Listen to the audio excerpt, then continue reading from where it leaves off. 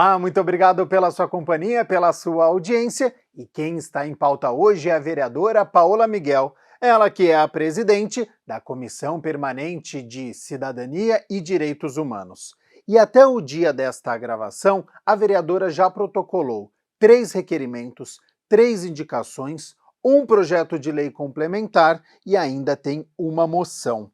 Vereadora Paula Miguel, muito obrigado pela disponibilidade do seu tempo com a nossa equipe, participar aqui do Em Pauta e de que maneira que você avalia o trabalho até aqui. Olá, Gabriel. Quero muito agradecer a oportunidade de estar aqui no Em Pauta mais uma vez. Esse ano é um ano que a gente está dedicado a ouvir a população, ouvir as demandas e pensar junto, né, com os nossos munícipes, o que a gente pode fazer para melhorar a cidade. Então, a gente tem visto, né, a gente tem feito diversas visitas, algumas diligências, para poder, inclusive, fiscalizar melhor a cidade. A gente começou nós começamos o mandato, né, na pandemia, então a gente tinha uma restrição quando a gente ia falar com a população, em 2022 ainda com algumas restrições, então desde o ano passado que a gente conseguiu intensificar esse trabalho de estar mais próximo dos nossos munícipes. E a gente vai falar sobre essas demandas aqui da cidade de Campinas. Eu quero começar aqui falando de uma série de projetos que você propôs desde o ano de 2021, porque as propostas integram o primeiro pacote legislativo da Agenda Marielle Franco, que é uma iniciativa do Instituto que leva o nome da vereadora do Rio de Janeiro. E aí, nesses projetos tem uma campanha permanente de enfrentamento ao assédio ou à violência sexual e à violência sexual, projeto de lei que cria o programa de efetivação das medidas socioeducativas em meio aberto, projeto de lei que estabelece o programa Espaço Coruja, que é um local infantil noturno para atendimento à primeira infância. Tem também projeto de lei que estabelece as diretrizes para a criação do programa Centro de Parto Normal e a Casa do Parto para atendimento à mulher grávida durante este período gravídico puerperal. E eu quero saber como que surgiu essa ideia e depois os trâmites aqui no Legislativo de Campinas. Gabriel, a primeira vez que eu saí candidato foi em 2018 e foi muito inspirada por conta da Marielle, né? Foi o ano que ela foi executada, infelizmente, né? A gente teve a prisão dos possíveis mandantes, né, do crime, agora, recentemente.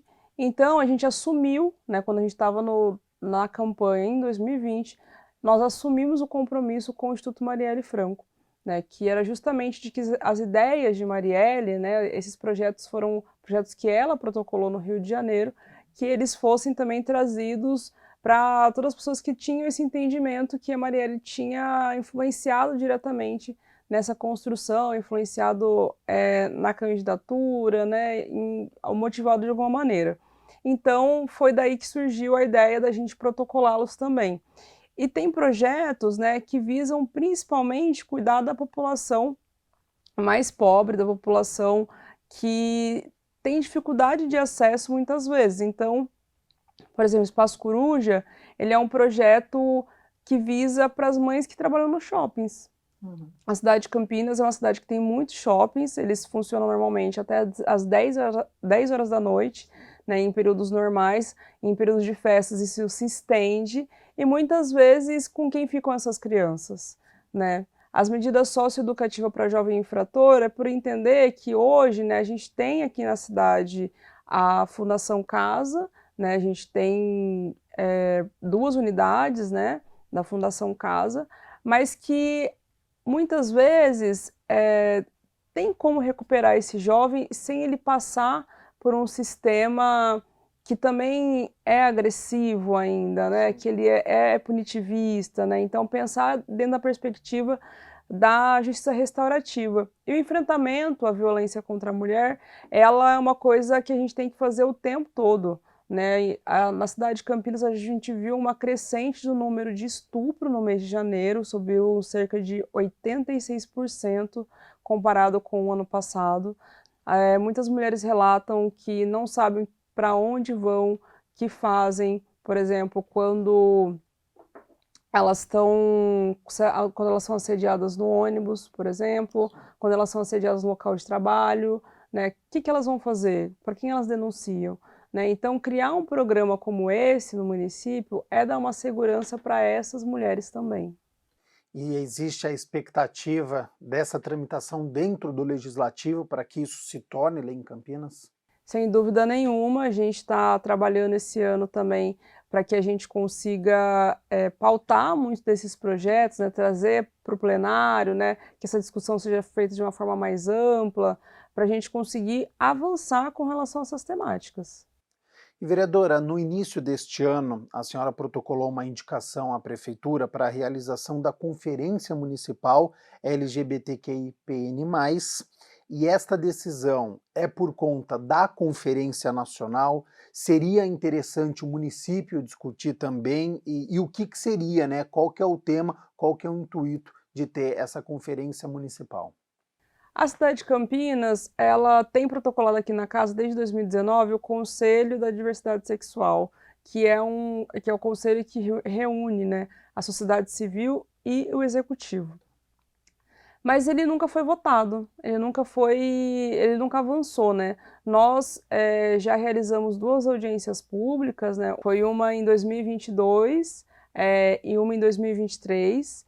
Então, eh, a nossa ideia, né, que isso seja implementado na cidade de Campinas, porque não dá para discutir política pública na comunidade LGBT sem ouvir a comunidade LGBT. Então, quando a gente protocola a indicação na conferência, é que pelo menos, mesmo sabendo que não há o conselho, parece que a gente tem algum espaço de discussão, de construção de políticas públicas, onde a população LGBT, e não só nós, né, do legislativo e executivo, que a gente fique pensando sobre isso, né? Então, para que a sociedade civil possa vir também trazer as demandas e ser um espaço amplo de discussão, aberto, com todas, todos e todes. Existir uma conferência nacional capitaneado pelo governo federal já é um avanço? Nossa, sem dúvida nenhuma, é um grande avanço, porque isso traz a possibilidade da gente começar a saber quantos quando a nossa população é LGBT, né, a gente tem o último censo, faltaram diversas perguntas ali, como por exemplo, se há pessoas com deficiência, se tem alguém LGBT, e isso ajuda a gente a pensar política pública. Então, quando a gente não tem esses dados, né, e trouxe essas 2 referências, a gente tem dificuldade de justificar a demanda muitas vezes em alguns serviços, né. Então, por exemplo, a gente tem o ambulatório Transcender, que está com falta, de hormonioterapia, mas está faltando para quantas pessoas? Quantas pessoas da cidade de Campinas gostariam de ter acesso? Mesmo que não faz a hormonioterapia, quantas pessoas são atendidas, né, normalmente nos outros centros de saúde?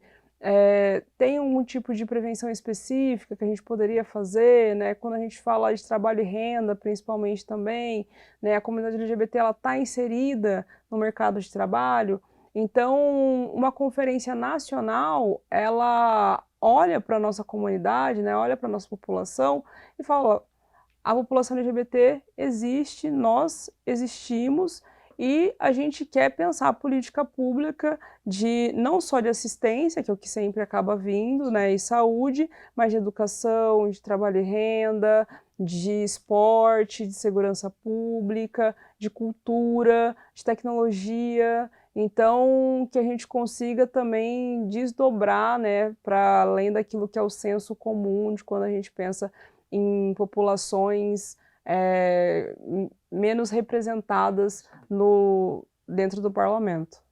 Vereadora, eu queria continuar neste assunto da violência que muitas vezes as mulheres acabam sofrendo, porque neste ano você também fez uma indicação solicitando que seja disponibilizado o serviço para atendimento ou orientação para mulheres que são vítimas de crimes sexuais. A gente sabe que infelizmente isso acontece o ano todo, mas em festividades, como por exemplo o carnaval, isso acontece com mais frequência? Isso acontece com mais frequência e tem o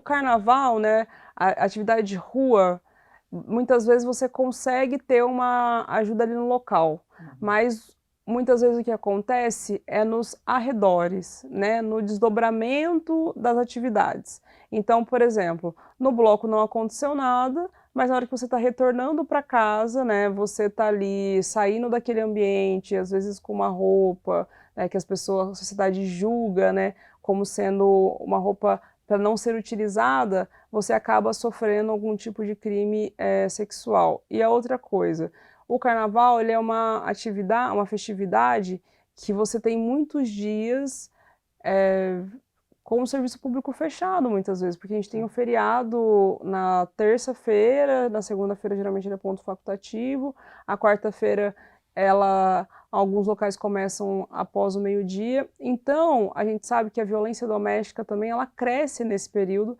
porque é um período que a mulher vai ter mais dificuldade de acessar o próprio SEAMO, no caso de Campinas. Então, quando a gente faz esse tipo de indicação, é de entender que o carnaval em si, né, a gente sabe, né, que tem muitas vezes a utilização de álcool, né, tem alterações e tudo mais, que é um ambiente que a gente tem que ficar muito atenta, né, então por isso que a gente faz inclusive a campanha Não é Não, para entender que isso também é uma ação propositiva, né, tanto para as mulheres, para a comunidade LGBT, mas também para os homens. Então, a gente tenta olhar para isso dessa maneira.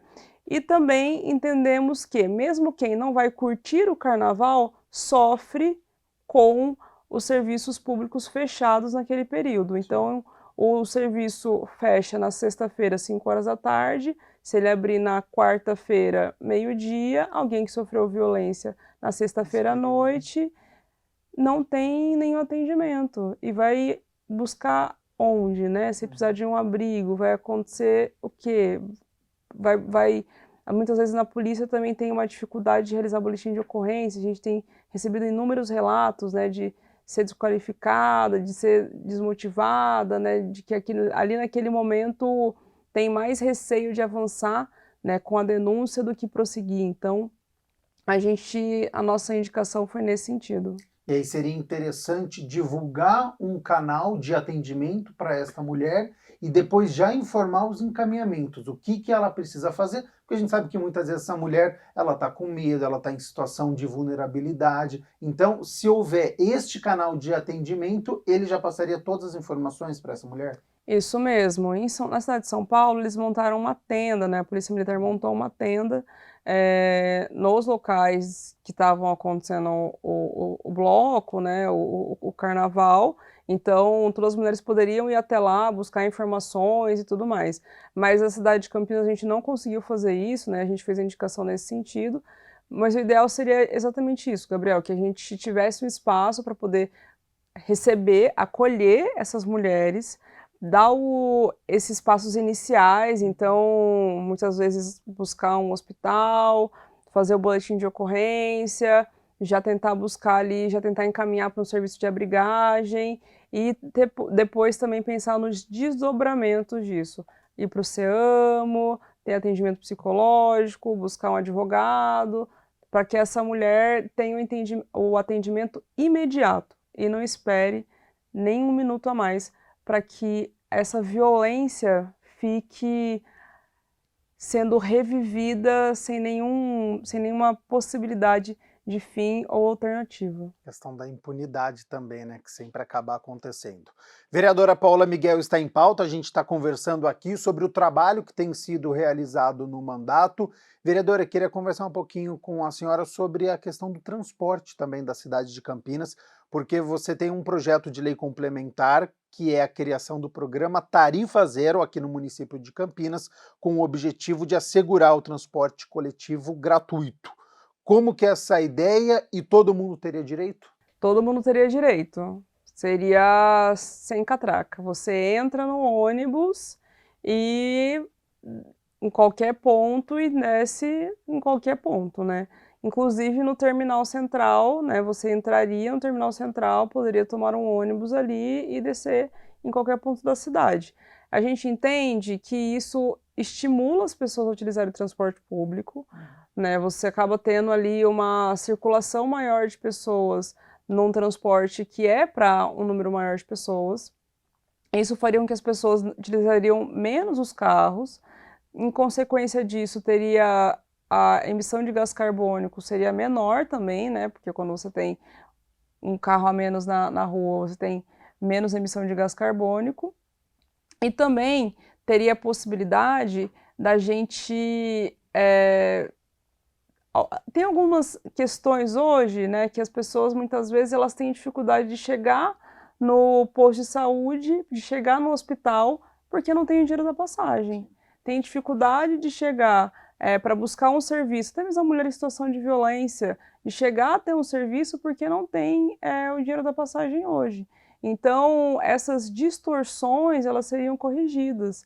E também a gente não teria mais que pagar pela integração, né? Você poderia pegar ou quantos ônibus quisesse de forma livre, porque a cidade de Campinas, infelizmente, ainda tem um dos transportes mais caros do país, e isso, para muita gente, né, eu ouvi de estudantes que foram removidas de escola, né, que moram no Campo Belo, que estão estudando no centro, e falaram que não tem condições de pagar R$ 11, porque ainda estão sem o transporte escolar, pagar mais de R$ 11, na verdade, quase R$ 12 diariamente para estar indo para a escola. Isso ao longo de um mês dá quase o valor de uma cesta básica. Então, muitas vezes a gente acha que não tem impacto, né, esse transporte, mas imagina uma família com 4 pessoas, pai, mãe trabalha e 2 adolescentes que estudam e fazem curso. R$ 12, sem falar da integração, né? R$ 12 por dia para esses 2 estudantes, ao longo de um mês, você consegue pagar a parcela de um carro, por exemplo. Então, a cidade de Campinas precisa começar a olhar para a população, principalmente que está mais distante da região central, que fica muito tempo esperando os ônibus e fica pagando uma conta que é muito cara e que muitas vezes tira da própria alimentação para conseguir se deslocar na cidade de Campinas, sendo que a gente poderia ter a tarifa zero. Paula, sempre quando tem essa discussão sobre a tarifa zero, vem a questão do custeio às empresas que controlam o transporte. Neste seu projeto, ele fala de um possível financiamento, tem como esse dinheiro vir de outros lugares para esta empresa para que se consiga fazer esse transporte com tarifa zero? A gente tem algumas propostas, né, da onde a gente poderia fazer tirar esse recurso, mas aí é sempre importante lembrar, Gabriel, que a gente precisaria de uma transição, né, para que isso acontecesse. Hoje a cidade de Campinas precisa fazer uma licitação ainda, né, porque o transporte está rodando sobre contrato, então é necessário ter uma nova licitação para que a gente tenha a alteração do cálculo. Então, a partir do momento que a gente tiver essa nova licitação, né, a gente poderia colocar os critérios, né, de forma mais apurada para que a gente tivesse ali um cálculo que desse conta do subsídio. Sem dúvida nenhuma, o subsídio ele precisaria ter um aporte, né, ser ampliado, né, na nossa ideia, mas as empresas hoje as empresas, por exemplo, que já pagam o transporte dos seus trabalhadores, dos seus funcionários, elas continuariam pagando.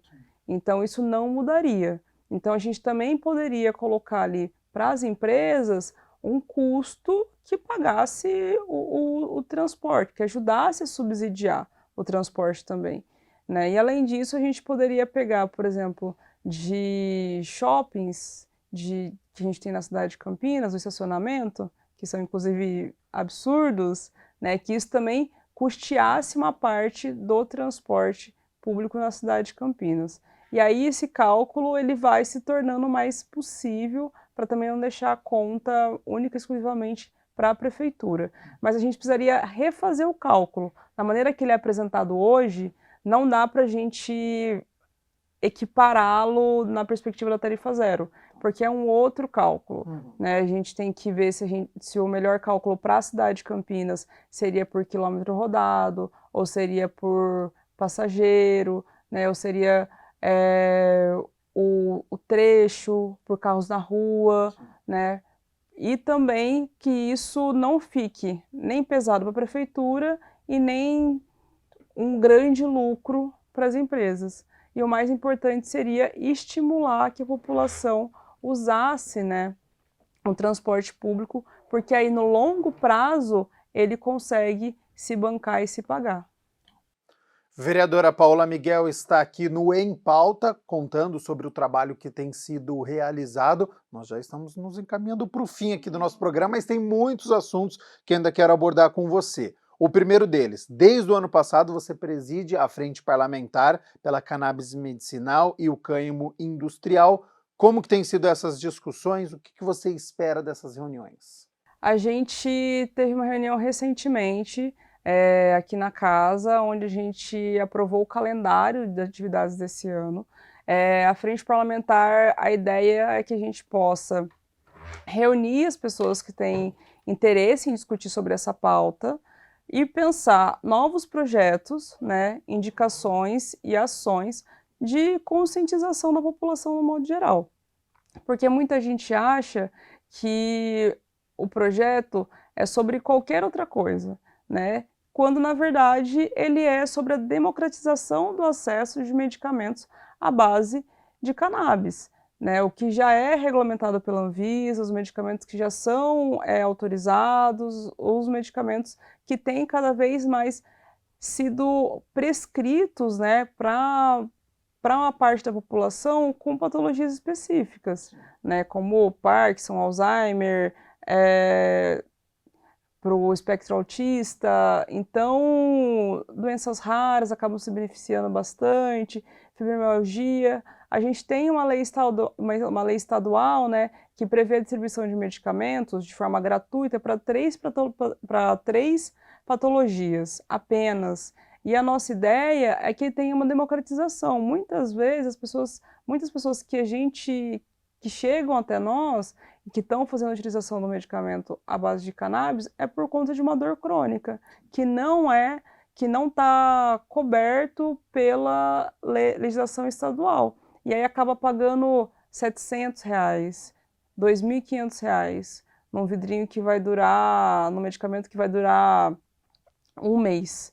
E aí as pessoas falam assim, eu não tenho dinheiro para pagar isso, né? Eu não consigo bancar esse tratamento. Mudou minha vida nas primeiras horas que eu tomei medicamento, né? Eu gostaria muito de dar continuidade porque consegui ter qualidade de vida, conviver com a minha família, não tô mais ficando dopado. Teve uma senhora que me procurou esses dias, que o marido tem Parkinson, ela falou, meu marido toma um medicamento, fica dopado, né? Ele para de tremer, mas ele fica dopado, não faz mais nada, e aí quando ele volta, ele começa a tremer tudo de novo e também não consegue fazer mais nada. E aí volta a tomar o medicamento. Então, isso pode ser uma alternativa de qualidade de vida para muitas pessoas. Então, a gente aprovou um calendário de atividades, né? A gente vai ter mais algumas reuniões, a gente vai ter uma reunião no dia 26/4, e a ideia é fazer não só a frente parlamentar da Cannabis Medicinal e Cânhamo Industrial da cidade de Campinas, mas fazer em conjunto com a estadual também, né? A gente está contando com a presença do Suplicy no dia 26/4 para que a gente possa avançar um pouco sobre essa temática e falar sobre a democratização do acesso dos medicamentos. E também pensando na cidade de Campinas, como que a gente poderia trazer algum tipo de formação para os servidores e servidoras do nosso município, da área da saúde, para identificar, muitas vezes, como sendo uma possibilidade de tratamento para as pessoas que chegam até o postinho. Mas, para isso, a gente precisa que o medicamento seja distribuído na cidade de Campinas. Tem este trabalho da Frente Parlamentar. Paralelamente, falei na minha abertura que você é a presidente da Comissão Permanente de Direitos Humanos e Cidadania. Como que tem sido este trabalho também? Acompanhei muitas reuniões no ano passado, durante este mandato, recebendo muitas vezes denúncias de moradores de rua, de pacientes, de casos que aconteceram em hipermercados da cidade de Campinas. Como que tem sido esse trabalho? O que você espera para este ano? Olha, esse ano, Gabriel, a gente, desde o ano passado que a gente abriu esse canal de denúncia, cada vez mais tem crescido as denúncias que a gente tem recebido, né?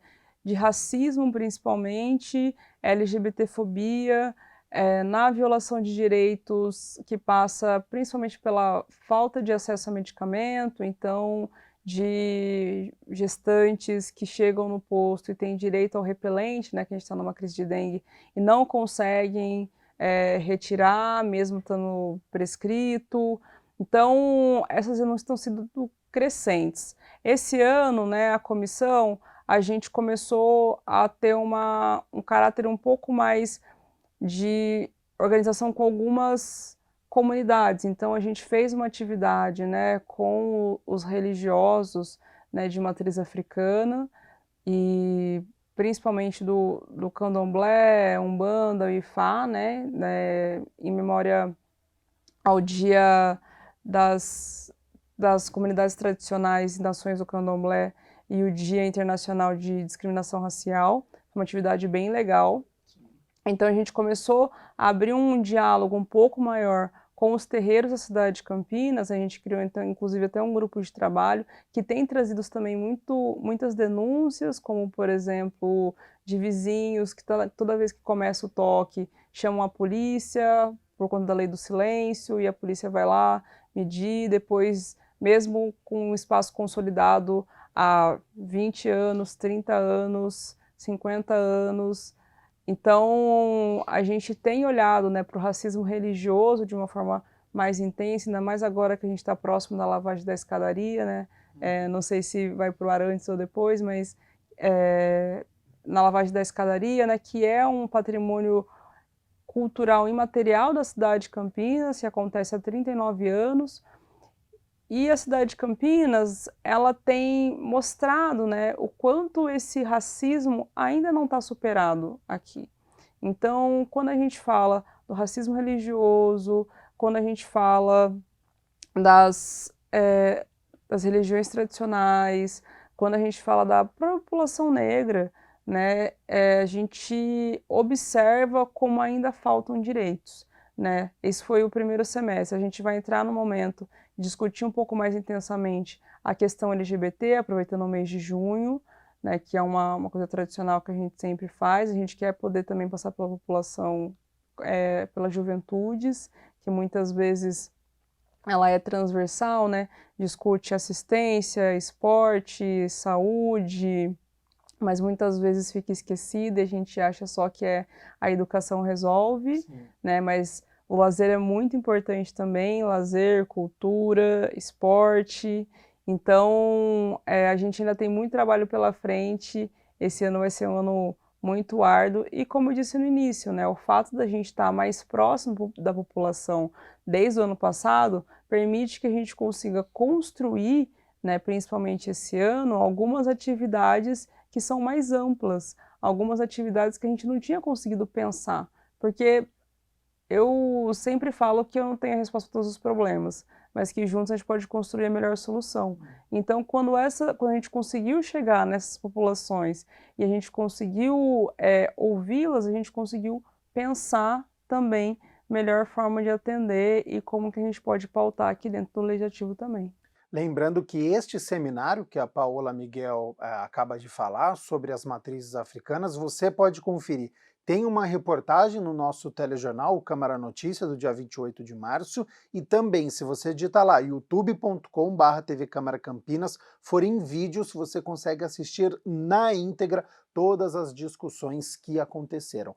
Vereadora Paola Miguel, para a gente poder encerrar, que o nosso tempo já está esgotado, o Sindicato dos Funcionários do Poder Legislativo de Campinas, em parceria com a Câmara, realizou um workshop sobre defesa pessoal feminina. Como que você vê esta iniciativa e o seu trabalho também está inserido nessa questão de defesa das mulheres? Sim, a gente destinou uma emenda, né, para IGDS, que é a Escola dos Servidores, da cidade de Campinas, para que haja formação de servidoras de defesa pessoal. A gente sabe que as servidoras são as mais atacadas. Quando a gente chega no posto de saúde, né, a primeira pessoa que a população vai gritar é quem está ali na frente, que é a recepcionista, a enfermeira, né? Dificilmente vai gritar ali com o médico, né, principalmente. Então, e não só isso, né? A gente sempre relata como é importante as mulheres, de modo geral, saberem se defender. Porque quando a gente fala no caso de assédio, por exemplo, né, quando a gente está falando de assaltos, né, quando a gente está falando assalto sem arma, né, é importante frisar isso, né, quando a gente está falando de um retorno para casa sem iluminação, tudo isso é um debate de segurança para a gente, né, de segurança pública, inclusive. Mas muitas vezes o poder público não olha para isso. Então, essa atividade, né, essa ação de ensinar a defesa pessoal para as mulheres, ela é uma forma de empoderar também, né, para que naquele momento a gente consiga se defender dessas eventuais situações e também em algumas situações mais graves, né, tentar para que a mulher também consiga, espero que não seja necessário, mas que ela consiga sair numa tentativa de estupro também, né? Isso é importante a gente divulgar cada vez mais, é importante que tenha esse empoderamento também, né? E quando uma mulher sabe se defender, dificilmente as pessoas esperam que isso aconteça, né? Porque olham pra gente como sendo a indefesa, a frágil, né? E eu não tô falando aqui que é isso que vai conseguir agora a super mulher, né? E que vai conseguir... Vai resolver todos os problemas, né? Defesa. Vai conseguir ali evitar assalto. Não, não é isso. É uma autodefesa e isso passa também, muitas vezes, quando a gente fala da violência doméstica, né? No caso ali do companheiro, né? Do namorado, né? No início de um relacionamento, para que consiga impedir ali, né, numa festa, num bar, né, então, para que as mulheres consigam se proteger. Participei do workshop aqui na casa, foi bem interessante, foi bem legal, diversas servidoras participaram também, e aprender as técnicas ali, né, acompanhar um pouco, realmente abriu minha mente, e de poder pensar, né, que todo mundo deveria saber se defender na nossa sociedade. Sem dúvida. Vereadora Paula Miguel, muito obrigado novamente pela disponibilidade do seu tempo. Quero agradecer as informações que foram passadas aqui para o nosso telespectador, para quem está nos acompanhando, saber o trabalho que está sendo realizado. Ficaram algumas perguntas aqui para serem feitas, então eu vou fazer um novo convite para você retornar aqui ao Em Pauta para a gente continuar conversando sobre o trabalho que está sendo realizado. Fechadíssimo, já aceitei. Combinado então? Quero agradecer você aí de casa também pela sua companhia, pela sua audiência. Continue na nossa programação e até a próxima. Tchau, tchau.